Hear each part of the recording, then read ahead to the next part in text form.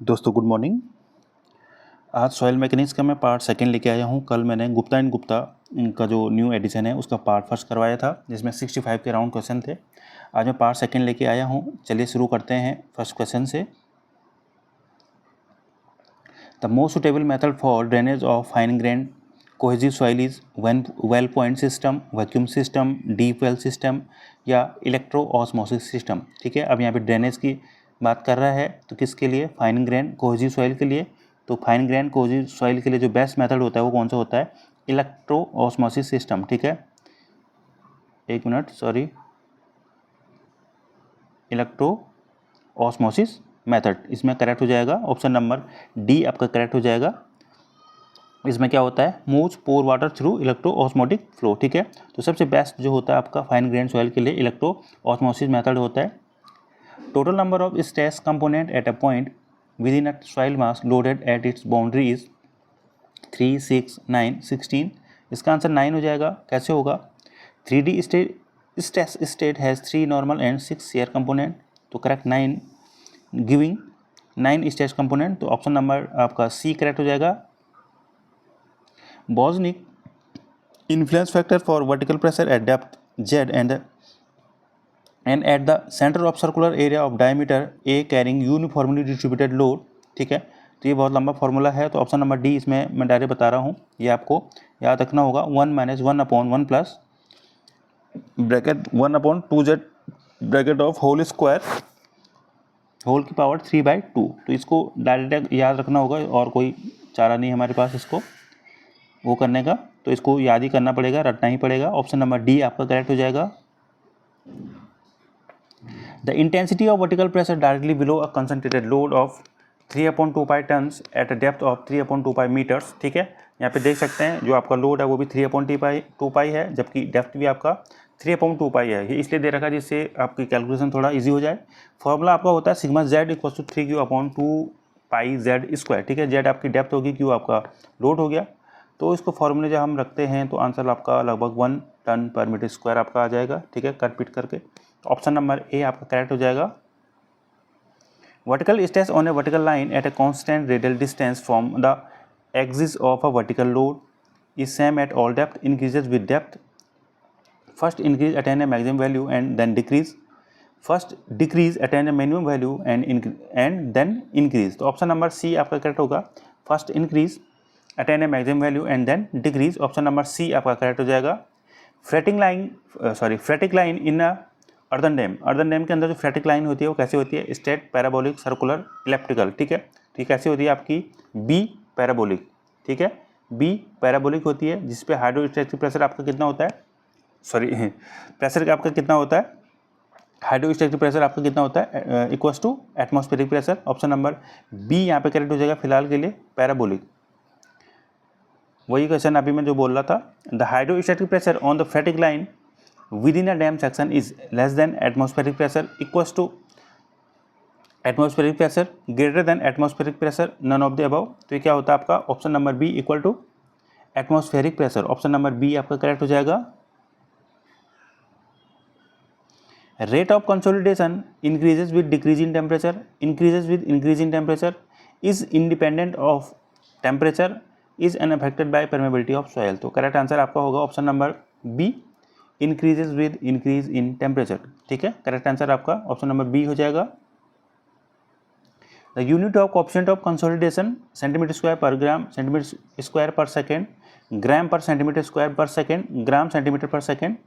तो आपको पता है जो कंसोलिडेशन की यूनिट होती है वो क्या हो जाएगा आपका? Centimetre square per second. ठीक है, पर्टिकुलर एरिया की बात करते हैं, सेटल क्या होगा? अगर हम कंसोलिडेट की बात करें तो एक पर्टिकुलर एरिया होता है, तो एरिया टाइम के अकॉर्डिंग टाइम के साथ साथ होता है, तो यहाँ पे सेंटीमीटर स्क्वायर एरिया की यूनिट होगी और सेकेंड आपका टाइम हो गया, सेंटीमीटर स्क्वायर पर सेकेंड इसका करेक्ट आंसर बन जाएगा यहाँ पे।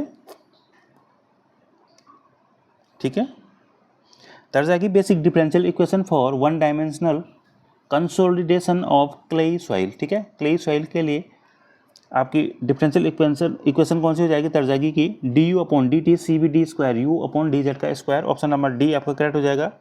याद आपको रखनी होगी ये कैसे भी करके, क्योंकि ये कई बार पूछा जा चुका है। du/dt CVd² u/dz का स्क्वायर, ऑप्शन नंबर डी इसका करेक्ट बैठ जाएगा। The slope of isochrone at any point at a given time indicates the rate of change of, ठीक है, स्लोप ऑफ आइसोक्रोन की बात कर रहा है। Effective stress with time, effective stress with depth, pore water pressure with depth, pore water pressure with time. तो इसका हो जाएगा pore water pressure with depth. Option number C आपका करेक्ट हो जाएगा। कुछ चीज़ें ऐसी आपको डायरेक्ट याद रखनी पड़ेंगी। With in the consolidation process of A saturated clay, neutral pressure increases and effective pressure decreases with their some constant. Neutral pressure decreases and effective pressure increases with their some constant. Both neutral pressure and effective pressure decreases, both neutral pressure and effective pressure increases. तो option number B यहाँ पे correct होगा, ठीक है। Neutral pressure क्या होगा, decrease होगा, and effective pressure आपका इंक्रीज होगा। आपको पता है सिग्मा इक्वल टू क्या होता है, सिग्मा डैश प्लस पोर वाटर प्रेशर। तो ये अगर इंक्रीज होगा तो ये डिक्रीज हो जाएगा। तो ऑप्शन नंबर बी यहाँ पे करेक्ट हो जाएगा। The value of compression index for a remoulded sample, मतलब अनडिस्टर्ब सैंपल है, सॉरी डिस्टर्ब सैंपल है, रिमोल्डेड की बात कर रहा है तो डिस्टर्ब होगा। हुज लिक्विड लिमिट इज 50%, तो आपको WL गिवन है 50%, ठीक है। तो फॉर्मूला आपका CC का क्या होता है 0.007 WL माइनस 10, WL माइनस 10 होगा, यहाँ पे भी लिखा है लिक्विड लिमिट माइनस 10। किसके लिए है ये, रिमोल्डेड मतलब डिस्टर्ब के लिए। अगर अनडिस्टर्ब की बात करेंगे तो कितना हो जाएगा CC, अनडिस्टर्ब के केस में CC क्या हो जाता है आपका 0.009 हो जाता है, और पीछे फॉर्मूला सेम रहता है WL माइनस 10, यहाँ पे 009 हो जाता है। अब यहाँ पे फिलहाल के लिए 007 होगा, तो करेक्ट आंसर आपका बन जाएगा ऑप्शन नंबर बी, यहाँ पे करेक्ट बनना है 0.28, इसका करेक्ट हो जाएगा। CC equals to 0.007 WL minus 10। इसको आप सॉल्व कर लेना एक बार, यहाँ पे हो नहीं पाएगा ये, आप देख लेना थोड़ा। ऑप्शन नंबर बी यहाँ पे बैठा है सही। Which one of the following clay behavior like a dense sand, ठीक है।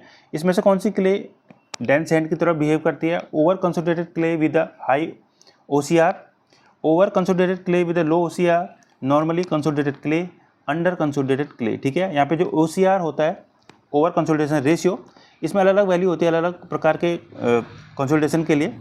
तो इसका मैं एक टेबल आपको इसमें कम्युनिटी में डालूंगा, ठीक है। तो यहाँ पे करेक्ट आंसर हो जाएगा option number A, over consolidated clay with high over consolidation ratio. जहाँ पे हाई ओवर कंसोलिडेशन रेशियो होगा और वो ओवर कंसोलिडेटेड होगी, तो वहाँ पे क्या हो जाएगा, वो क्ले क्या करेगी, डेंस सैंड की तरह बिहेव करेगी। ऑप्शन नंबर ए करेक्ट हो जाएगा, ठीक है। Coefficient of consolidation of a soil affected by compressibility, permeability, both compressibility and permeability, या नन ऑफ द अबव। तो coefficient of consolidation of a soil affected by compressibility and permeability both, ठीक है। Option number C correct हो जाएगा आपका। Coefficient of consolidation क्या होता है, CV equals to K upon MV into gamma W, MV into gamma W. तो यहाँ पे K परमेबिलिटी है, अफेक्ट कर रही है, MV क्या है आपका वॉल्यूम चेंज, तो कंप्रेसिबिलिटी। तो कंप्रेसिबिलिटी का मतलब क्या होता है, कंप्रेस होना, वॉल्यूम से भी ये भी संबंधित है। तो आपका CV इससे भी अफेक्ट करती है और इससे भी परमेबिलिटी है, दोनों से MV से कंप्रेसिबिलिटी से भी अफेक्ट करती है। तो ऑप्शन नंबर सी आपका करेक्ट हो जाएगा। Degree of consolidation is directly proportional to time and inversely proportional to drainage path, directly proportional to time and inversely proportional to square of drainage path, directly proportional to drainage path and inversely proportional to time, directly proportional to square of drainage path and inversely proportional to time. तो correct answer यहाँ पे बैठ रहा है कौन सा, option number B. आपको पता है TV इक्वल्स टू क्या आता है, CVT अपॉन D स्क्वायर, ठीक है। CVT upon D square, D आपका ड्रेनेज पाथ हो गया, T टाइम हो गया, TV टाइम फैक्टर हो गया, CV आपका कंसोलिडेशन हो गया। तो यहाँ पे बी करेक्ट हो जाएगा, directly proportional to time and inversely proportional to square of drainage path, ठीक है। स्क्वायर होता है यहाँ पे नीचे। Time factor for a clay layer is a dimensional parameter, ठीक है। ये थोड़ा क्वेश्चन में गड़बड़ हो रखा है, इसका आंसर ए नहीं होगा, ठीक है। इसमें करेक्ट आंसर हो जाएगा time factor for clay is directly proportional to permeability of soil. Option number B आपका करेक्ट हो जाएगा। यहाँ पे फॉर्मूला देखिए, TV क्या होता है, TV होता है आपका CVT अपॉन D स्क्वायर। तो TV आपका CV के डायरेक्ट प्रोपोर्शनल होता है, और CV क्या होता है, K के डायरेक्ट प्रोपोर्शनल होता है, K परमेबिलिटी के डायरेक्टली प्रोपोर्शनल होता है। तो यहाँ पे भी क्या हो जाएगा आंसर, ऑप्शन नंबर बी हो जाएगा। इसलिए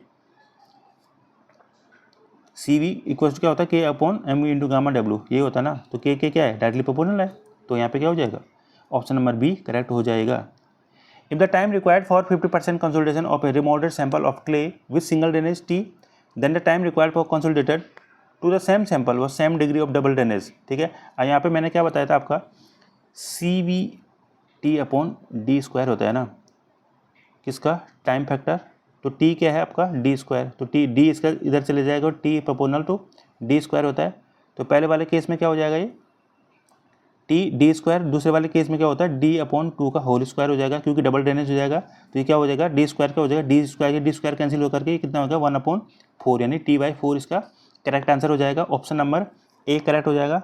आप इसको थोड़ा कॉपी में अपने उसमें नोट्स उसमें सॉल्व कर लेना थोड़ा देख करके।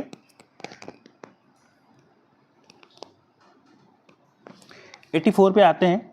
Clay layer has clay layer with single drainage and coefficient of consolidation CV take 6 month to achieve 50% consolidation. 50% consolidation से के लिए 6 मंथ ले रहा है। और time taken by clay layer B for same thickness with double drainage and coefficient of consolidation CV/2। यहाँ पे CV/2 हो गया और ड्रेनेज आपका डबल हो गया। Achieve the same degree of consolidation, इसका आंसर क्या होगा। तो यहाँ पे फॉर्मूला सेम है आपका TB equals to CVT upon D square, ठीक है। ए के लिए कितना हो जाएगा आपका, यहाँ पे देखते हैं। अब इसको इसका ये टी इधर रहेगा, डी इधर चले जाएगा। अब देखते हैं कैसे हो जाएगा। TB के केस में अगर देखते हैं तो कितना हो जाएगा, बी वाले केस में क्या हो रहा है CV/2 हो रहा है और डबल ड्रेनेज हो रहा है। तो क्या हो जाएगा H बोल रहा हूँ मैं, D/2 का whole square divide by CV/2, ठीक है। यहाँ पे लिखा नहीं जा रहा है दोस्तों, थोड़ा इसमें गड़बड़ हो रहा है। और यहाँ पे TA क्या हो जाएगा आपका, TA क्या हो जाएगा सिंपल D² अपॉन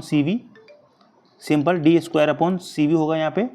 तो यहाँ पे कैंसिल आउट होकर के कुल मिला करके ये 1/2 आ रहा है। TB अपॉन TA देखेंगे अगर तो ये आपका आ रहा है 1/2, ठीक है। अब यहाँ पे TA की वैल्यू आपकी कितनी है 6 है, 6 मंथ है। तो TB आपका कितना हो जाएगा 6 डिवाइड बाई 2, 3 मंथ आ जाएगा। 6 डिवाइड बाई 2, 3 मंथ। आपको कुछ नहीं करना है, मतलब फर्स्ट वाले के साथ जो आपका दे रखा है उसको दूसरे के साथ रिलेट करना है और सेम फार्मूला है, कुछ नहीं करना है, कैंसिल आउट होकर के सब कुछ निकल जाएगा। ऑप्शन नंबर ए आपका करेक्ट बैठ जाएगा, ठीक है। ऑप्शन नंबर ए करेक्ट बैठ जाएगा। फार्मूला आपको वही लगाना है, कोई फार्मूला नया नहीं लगेगा, सेम फार्मूला यहाँ पे साफ साफ लिखता हूँ TB CV/d², ठीक है। आपको इन दोनों के टर्म में ये आ जाएगा इधर को। तो इसको सॉल्व करके आप एक बार देख लेना प्लीज़। आंसर आपका 3 मंथ हो जाएगा। आपका TA अपॉन TB आप कर देना, ठीक है, या TB अपॉन TA कुछ भी कर देना आप, वहाँ से आपको आंसर ये आ जाएगा। इसने यहाँ पे थोड़ा शॉर्ट में कर रखा है, इतना शॉर्ट तो नहीं होगा खैर। तो आप एक बार सॉल्व करके फिर कर देना इसको, आपका करेक्ट आंसर आ जाएगा 3 month. Coefficient of consolidation for clay normally decrease with increase in liquid limit, increase with increase in liquid limit, first increase and then decrease with increase in liquid limit, remains constant at all liquid limit, ठीक है।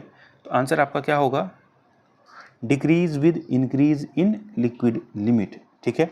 Decrease with increasing liquid limit, coefficient of consolidation की बात हो रही है CV। तो क्या होता है decrease with increasing liquid limit. आपका WL अगर इंक्रीज होगा तो ये डिक्रीज हो जाएगा। यहाँ पे ये देखिए, higher liquid limit generally correspond to lower permeability and hence lower coefficient of consolidation. Direct measurement of permeability of the specimen at stage of loading can made, ठीक है। अब direct measurement of permeability of the specimen at any stage of loading can be made only in fixed ring type consolidometer, only in floating type consolidometer, both A and B and none of the above। तो correct answer आपका हो जाएगा option number 1 only in fixed ring type consolidometer, ठीक है। तो fix ring type arrangement permit direct permeability measurement during consolidation stage, ठीक है। तो ऑप्शन नंबर ए इसका करेक्ट हो जाएगा। मेरी आवाज़ को क्या हो गया, सॉरी, पानी पी लेता हूँ मैं थोड़ा। Compressibility of sandy soil is almost equal to that of clay soil, much greater than that of clay soil, much less than that of clay soil and none of the above, ठीक है। तो correct answer आपका क्या हो जाएगा, option number C, much less than that of clay soil. Option number C correct हो जाएगा। Compressibility Sandy soil की कम होती है सैंड से, क्ले से, सॉरी सैंड की बात कर रहे हैं, नहीं सैंड की कम होती है क्ले सॉइल से। अब चलते हैं, कहाँ गया, 88 पे। सिलेक्ट द इनकरेक्ट स्टेटमेंट, ध्यान देना है इनकरेक्ट की बात, सॉरी करेक्ट है ये, मैं गड़बड़ पढ़ दिया था। Select the correct statement. Coefficient of compressibility of an over consolidated clay is less than that of a normally consolidated clay. Coefficient of compressibility of a over consolidated clay greater than that of normally consolidated clay. Coefficient of compressibility is constant for any clay या none of the above। तो यहाँ पे option number A correct बैठ रहा है। कैसे, coefficient of compressibility of an over consolidated clay less than that of a normally consolidated clay. ठीक है, जो आपका कोएफिशिएंट ऑफ कंप्रेसिबिलिटी होगी ओवर कंसोलिडेटेड क्ले होगी, ठीक है, उसकी क्या होगी, कम होगी that of normally consolidated clay.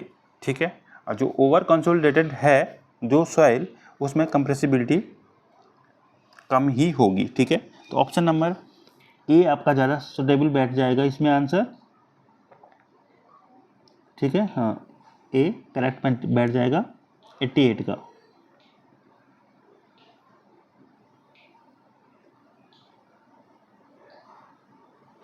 Coefficient of compressibility is constant for any type of soil, different for different type of soil and also different for the soil under different state of consolidation,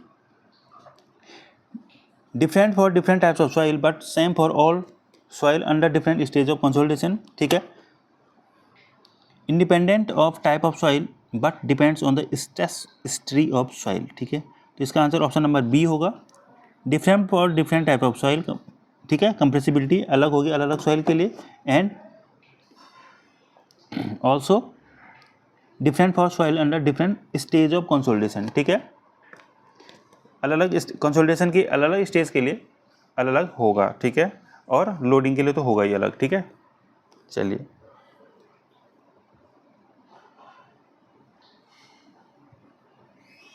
The ultimate consolidation settlement of a structure. The ultimate consolidation settlement of a structure decreases with the increase in the initial void ratio, decreases with the decrease in the plastic limit, increase with the increase in initial void ratio, and the increase with the decrease in porosity of soil। ठीक है, 90 answer हो जाएगा option number A, decrease with the increase in initial void ratio. ठीक है, ultimate consolidation settlement 1 upon क्या होता, 1 plus E not होता है इनिशियल सेटल वॉइड रेशियो। तो ये डिनोमिनेटर में अगर ये इंक्रीज हो जाएगा तो इसकी वैल्यू डिक्रीज हो जाएगी। ठीक है, यही होता है ना value del e equals to, तो 1 अपॉन ई नॉट होता है। ठीक है, इन्वर्सली इसका रिलेशन होता है। चलिए, हाँ यहाँ पे लिखा तो है।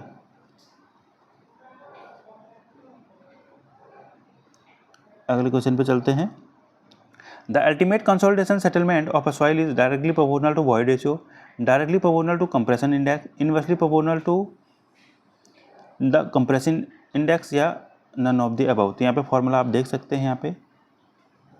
तो यहाँ पे क्या है, settlement is directly proportional to CC. ठीक है, तो यहाँ पे ऑप्शन नंबर बी आपका करेक्ट आ जाएगा, directly proportional to the compression index. ठीक है, अब 92 पे चलते हैं। A normally consolidated clay settled 10 mm when effective stress was increased from 100 to 200। ठीक है, पहले में 100 to 200 है। If the effective stress further increased from 200 to 400, then the settlement of same clay। अब सेटलमेंट की बात करना है तो सेटलमेंट यहाँ पे क्या है, प्रोपोर्शनल है आपका, क्या हो जाता है, लॉग सिग्मा 2 अपॉन सिग्मा 1। ठीक है, अब यहाँ पे देखना है इनका स्ट्रेस का जो रेशियो है कितना हो रहा है, 100 किलो न्यूटन से 200, यहाँ पे 100 का इंक्रीमेंट हो रहा है, यहाँ पे 200 से 400, इनका क्या है, ठीक है, रेशियो क्या है, सेम है। ठीक है, स्ट्रेस का रेशियो देखिए आप, स्ट्रेस का रेशियो क्या है, सेम है, 100 से 200, 200 से 400।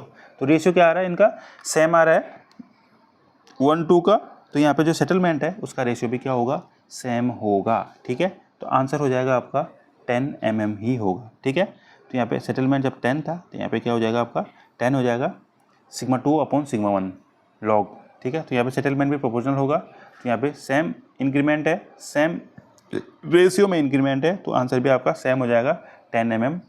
ऑप्शन नंबर ए करेक्ट हो जाएगा। ठीक है,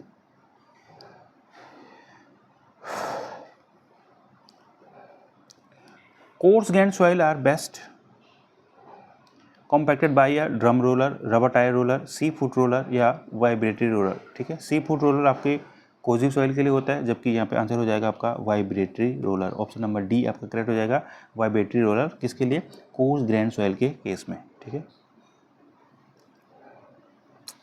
with increase in the amount of compaction energy, अब कंपैक्शन एनर्जी हम इंक्रीज करेंगे तो क्या होगा। ठीक है, optimum water content increases but maximum dry density decreases, बिल्कुल गलत। ठीक है, optimum water content decreases but maximum dry density increases. Option number B correct हो जाएगा, both optimum water content and maximum dry density increases, गलत। Both optimum water content and maximum dry density decreases, बिल्कुल गलत। ठीक है, अब आपकी जो एनर्जी हमारी है, एनर्जी अगर इंक्रीज करेंगे, ठीक है, इंक्रीज होगी, जो कंपैक्शन की एनर्जी इंक्रीज करेंगे तो वहाँ पे क्या हो जाएगा, जो OMC होगा, ऑप्टिमम वाटर कंटेंट होगा, वो डिक्रीज होगा, जबकि जो ड्राई डेंसिटी आपकी इंक्रीज हो जाएगी, मैक्सिमम ड्राई डेंसिटी आपकी इंक्रीज हो जाएगी। ऑप्शन नंबर बी करेक्ट हो जाएगा, ऑप्शन नंबर बी यहाँ पे करेक्ट बैठ जाएगा। The maximum dry density up to which any soil can be compacted depends upon moisture content only, amount of compaction energy only, both moisture content and amount of compaction energy, या none of the above. तो अभी मैंने बताया। ठीक है, तो यहाँ पे मॉइस्चर कंटेंट पे भी डिपेंड करता है और अमाउंट ऑफ कंपैक्शन एनर्जी, इस दोनों पे ये डिपेंड करता है। तो ऑप्शन नंबर सी आपका करेक्ट हो जाएगा, ऑप्शन नंबर सी आपका करेक्ट हो जाएगा यहाँ पे। 96 the relationship between dry density gamma D, percentage air void Na, water content WN, specific gravity G of any soil is, तो कौन सा सही बैठ रहा है इसमें, ऑप्शन नंबर ए करेक्ट हो जाएगा, gamma D equals to 1 + Na G gamma W/1 + WG। ठीक है, तो ये रिलेशन तो हमें मेरे ख्याल से डायरेक्ट याद रखना ही होगा। ठीक है, बाकी तो कुछ ऑप्शन है नहीं हमारे पास, तो ऑप्शन नंबर क्या हो जाएगा इसमें, ए करेक्ट हो जाएगा।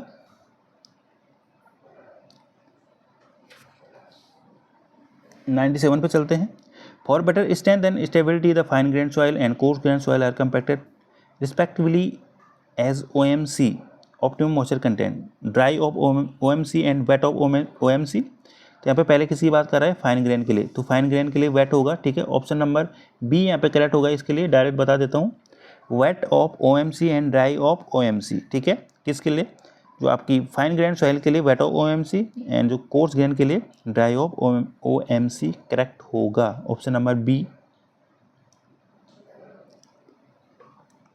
98 पे चलते हैं। Select the incorrect statement, effective cohesion of a soil can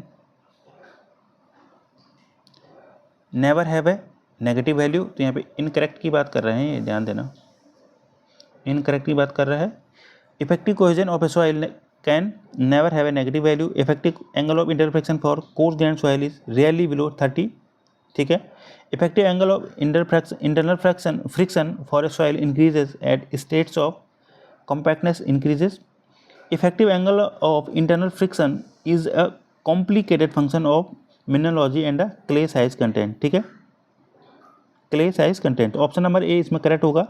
if incorrect होगा, effective cohesion of a soil can never have a negative value, यहाँ पे नेवर की बात कर रहा है, पर वो हो सकता है। ठीक है, वो हो सकता है नेगेटिव, तो ऑप्शन नंबर ए यहाँ पे करेक्ट हो जाएगा। इसने क्या रीजन दे रखा है, इसको देखते हैं। An effective cohesion intercept can be negative for some soil because of the shape and curvature of the failure envelope. ठीक है, therefore can never be negative is incorrect, मतलब ये नेगेटिव हो सकता है। ठीक है, ऑप्शन नंबर ए इनकरेक्ट हो जाएगा।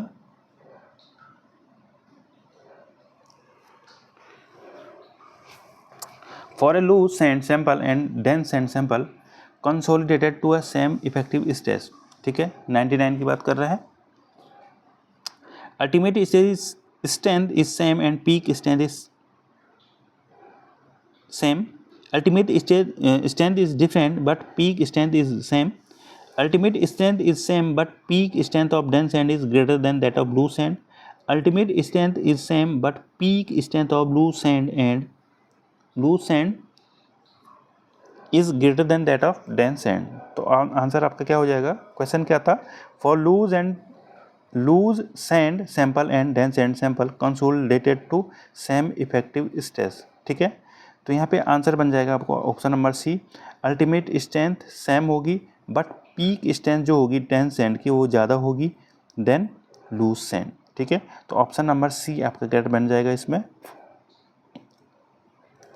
The shear strength of a soil is directly proportional to the angle of internal friction of soil, inversely proportional to the angle of internal friction of soil, decrease with the increasing normal stress या decrease with increase in normal stress। तो option number D decrease with decrease in normal stress. ठीक है, यहाँ पे relation दे रखा है tau is equal to C plus sigma tan phi। तो ऑप्शन नंबर डी यहाँ पे करेक्ट बैठ जाएगा।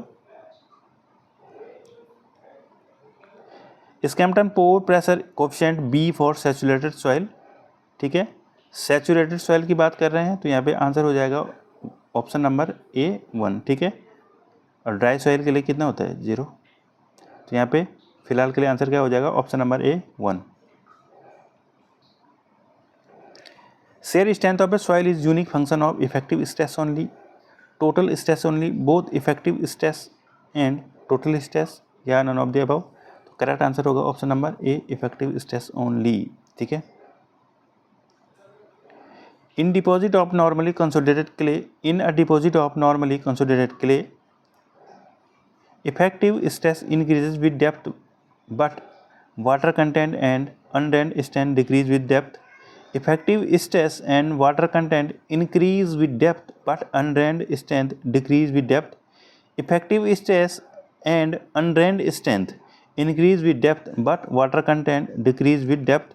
Effective stress, water content and undrained strength decrease with depth। अब यहाँ पे नॉर्मली कंसोलिडेटेड क्ले की बात कर रहा है तो ऑप्शन नंबर सी यहाँ पे सही बैठेगा।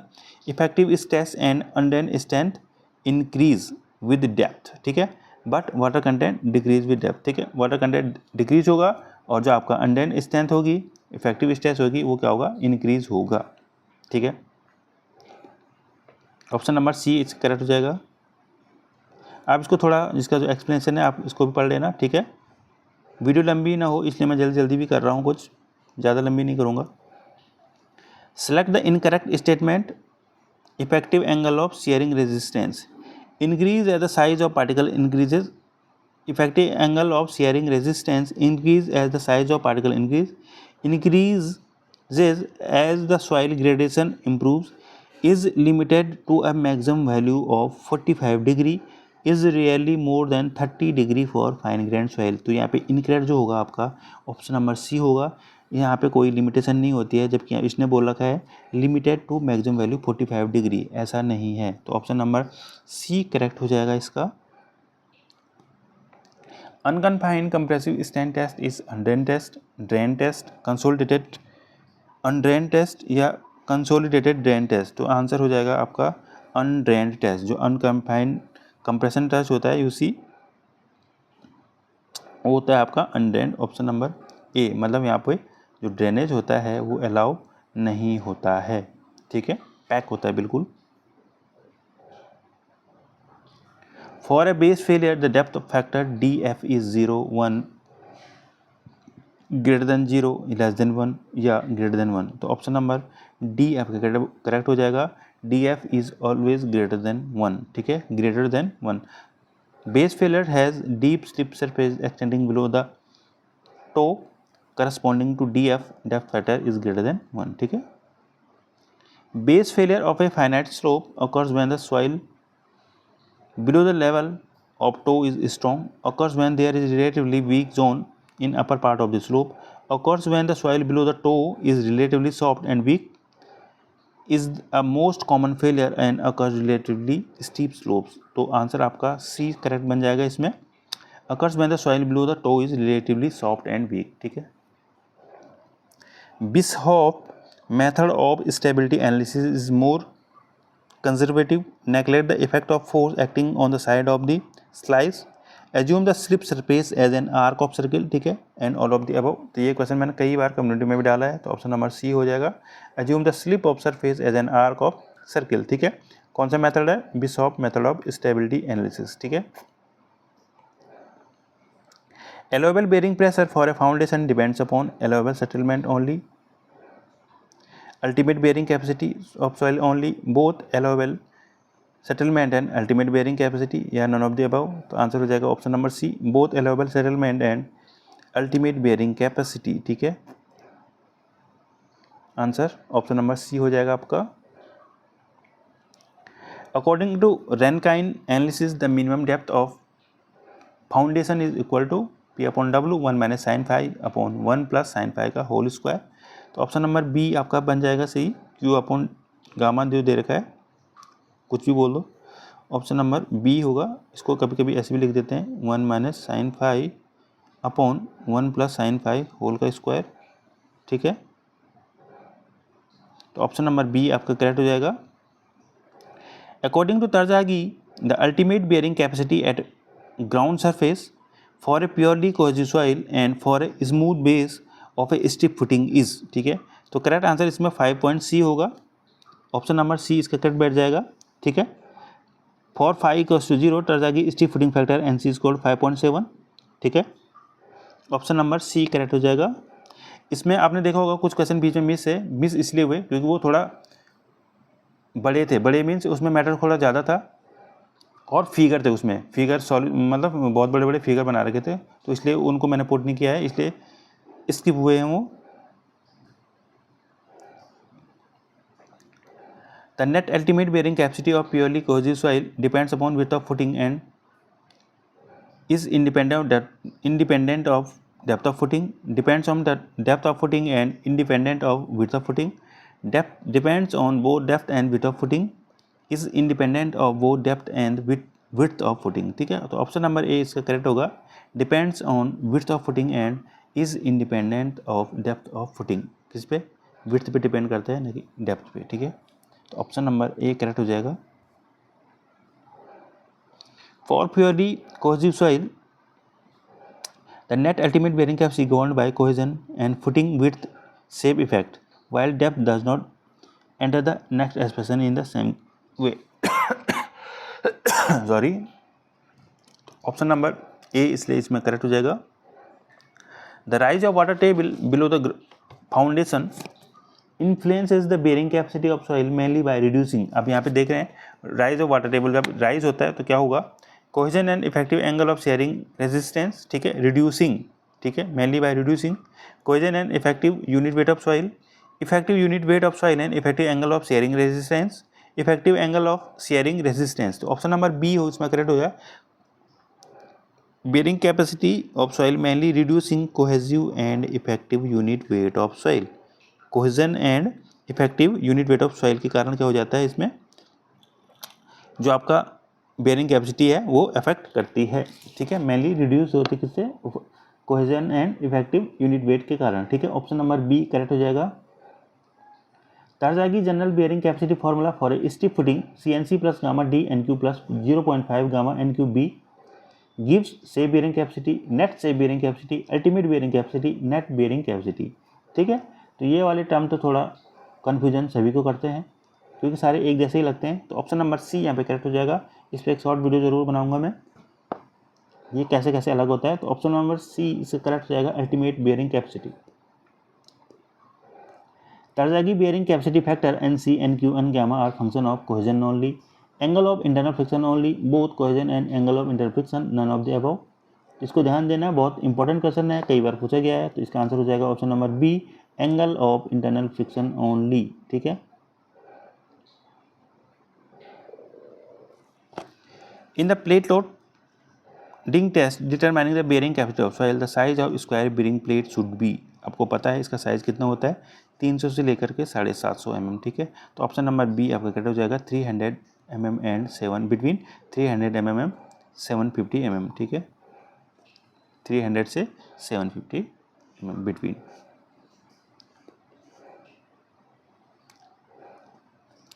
Select the correct incorrect statement, ठीक है, यहाँ पे इनकरेक्ट की बात हो रही है। Bearing capacity of soil depend upon the amount and direction of load. Bearing capacity of soil depend upon the on type of soil. Bearing capacity of soil depend on shape and size of footing, सही। Bearing capacity of soil independent of rate of loading, ठीक है, तो यहाँ पे correct हो जाएगा।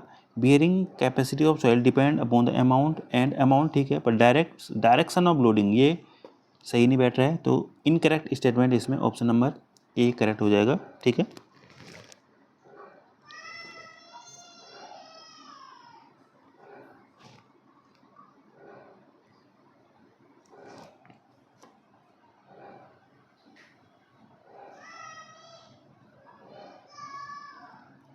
A 600 mm square bearing plate settles 15 mm in a pre-load test on a cohesion-less soil under an intensity of 0.2 Newton per mm square. The settlement of prototype shallow footing 1 meter square under the same intensity of loading, ठीक है। अब यहाँ पे क्या है, क्या होता है formula, settlement of foundation upon settlement of plate equal to क्या होता है, width of foundation upon width of plate. तो हमें एस एफ निकालना है, तो एस पी इधर चले जाएगा, तो यहाँ पे फॉर्मूला रखेंगे, एस पी कितना है, सेटलमेंट ऑफ प्लेट है 15, ठीक है, इनटू विड्थ ऑफ फाउंडेशन आपकी यहाँ पे कितनी है 1 मीटर, ठीक है, डिवाइड बाई यहाँ पे क्या होता है, विड्थ ऑफ प्लेट होता है ना, विड्थ ऑफ प्लेट कितने हैं, पॉइंट कहाँ गया हो, 0.6, ठीक है, 0.6 हो जाएगा यहाँ पे। तो यहाँ पे दोबारा करता हूँ मैं, एस एफ इक्वस टू हो जाएगा आपका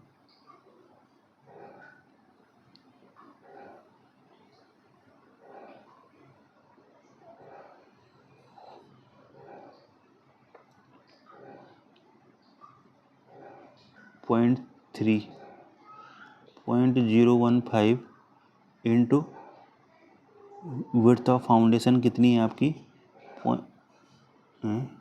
फुटिंग 1 मीटर है, 1 डिवाइड बाय इसकी प्लेट की विड्थ कितनी है 0.6। तो इसको अगर आप सॉल्व करेंगे तो ये आंसर आ जाएगा आपका कितना, बिटवीन, तो इसका आंसर ऑप्शन नंबर सी आ रहा था शायद, इसका मुझे जहाँ तक ध्यान है। तो इसमें एक बार आप सॉल्व कर लेना, ये फॉर्मूला आपको सभी को पता होगा, तो ऑप्शन नंबर सी यहाँ पे ज़्यादा सुटेबल बैठेगा, 25 mm मेरे ख्याल से। इसका आंसर मेरे ख्याल से 15 mm टू 25 mm ऐसे कुछ दे रखा है, तो इसको एक बार आप सॉल्व कर लेना। फॉर्मूला में सिंपल फिर दोबारा साफ साफ बता रहा हूँ, हाथ से थोड़ा लिखने में यहाँ पे प्रॉब्लम हो रही है। तो इसका फॉर्मूला क्या होता है, settlement of foundation upon settlement of plate equal to क्या होता है, width of foundation upon width of plate, ठीक है, ये हम पढ़ते हैं फॉर्मूला। तो इसमें हम सेटलमेंट ऑफ फाउंडेशन निकालना है, तो इसके साथ इंटू हो जाएगा। तो यहाँ पे सब कुछ दे रखा है, इसमें आप वैल्यू रख करके थोड़ा सॉल्व करके देखना, इसका आंसर 25 mm आएगा, ठीक है।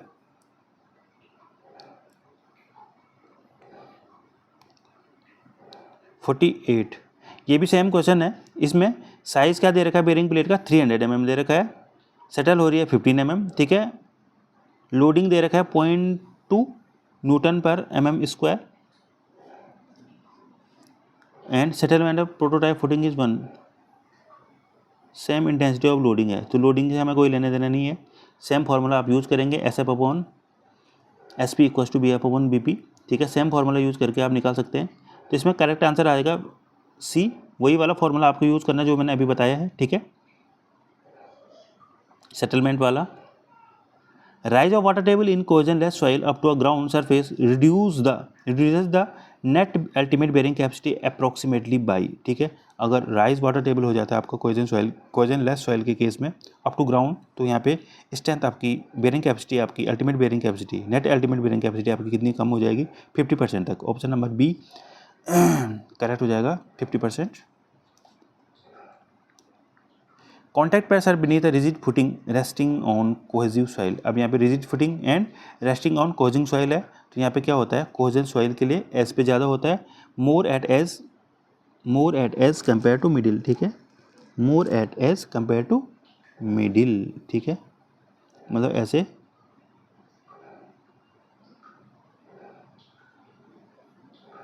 ऐसे कैसे होता है ना, अगर बनाना चाहें तो ऐसे, ठीक है। एस पे मतलब ज़्यादा, और जैसे जैसे मिडिल की तरफ जाएगा तो मतलब ऐसे आएगा इसका फिगर, ठीक है, ऐसे कुछ आएगा रिजिड फूड, रिजिड के लिए। और ये किस सॉइल के लिए की बात कर रहा है,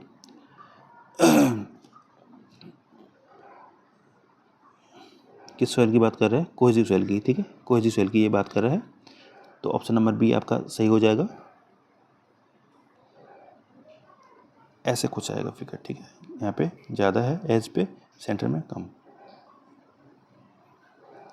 according to IS specification the minimum depth of foundation in sand and clay should be respectively. अब सैंड एंड क्ले की बात कर रहा है, सैंड एंड क्ले, तो मिनिमम फाउंडेशन की डेप्थ तो यहाँ पे देख सकते हैं, क्ले के केस में तो 900 होता है, तो सैंड के लिए 800 अपने आप ही हो जाएगा। तो ऑप्शन नंबर बी यहाँ पे करेक्ट हो जाएगा, 800 mm में 900 mm, ठीक है। Option number B minimum depth of foundation की बात कर रहा है, तो ऑप्शन नंबर बी करेक्ट हो जाएगा, 800 mm में 900 mm।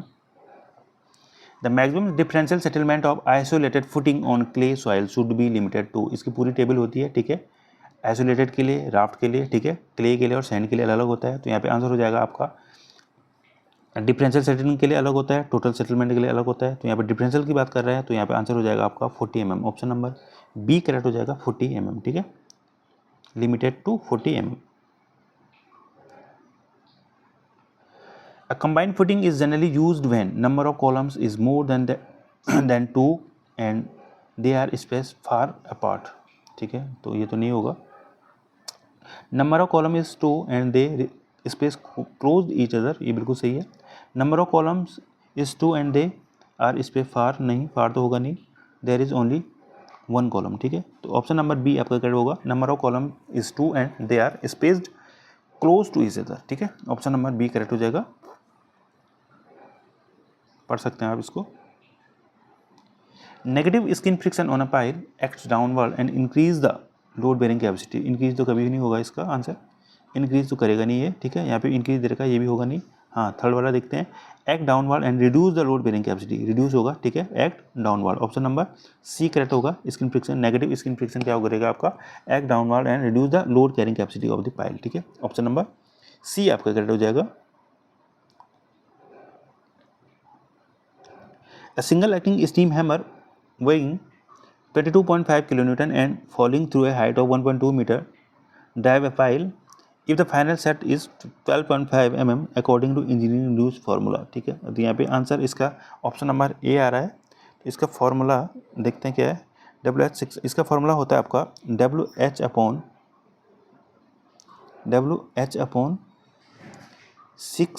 WH/6s प्लस 0.25, WH/6s+0.25 ये फॉर्मूला होता है, ठीक है।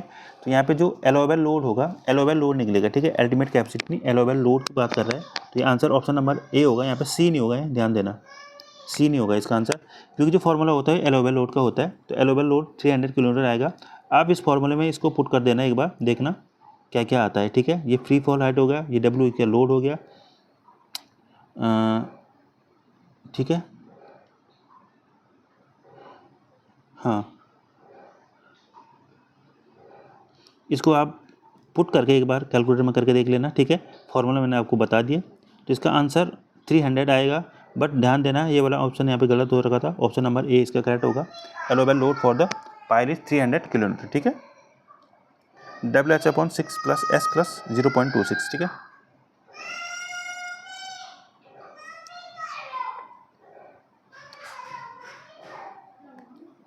Generally the bearing capacity of pile group is, अब पाइल ग्रुप की बात कर रहा है, बेरिंग कैपेसिटी में equal to the sum of bearing capacity of individual pile in case of the friction pile, equal to the sum of bearing capacity of individual pile in case of end bearing piles, less than the sum of bearing capacity of individual pile in case of the end bearing pile, option number C, ठीक है।